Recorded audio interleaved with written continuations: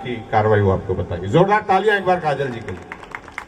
मैं बहुत बहुत शुक्रगुजार हूँ सबका। आज एमएनएस से भी सब लोग आए हैं, सचिन कदम जी आए हैं, बंडू बाबू आए हैं, प्रदीप जी आए हैं, दिलीप मालवनकर जी जो कि इतने बड़े सोशल वर्कर हैं, अकेले काफी हैं इस शहर को हिलाने के लिए। इतने सारे सोशल वर्कर्स, महेश सुखरामानी जी, मीना एलानी जी, इन सबका स्नेह आदर हमेशा मेरे साथ बना रहे। जितने भी एनजीओस हैं यहाँ पे सबका साथ बना रहे, बस यही आशा है।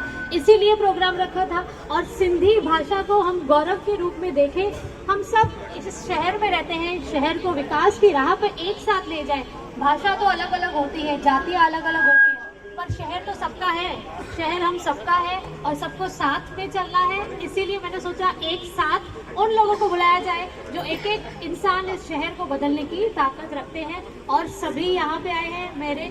मुझे शुक्रिया अदा कहने के लिए वक्त और शब्द बहुत कम पड़ रहे हैं। सभी पत्रकार दोस्तों के लिए भी बहुत बहुत शुक्रिया। और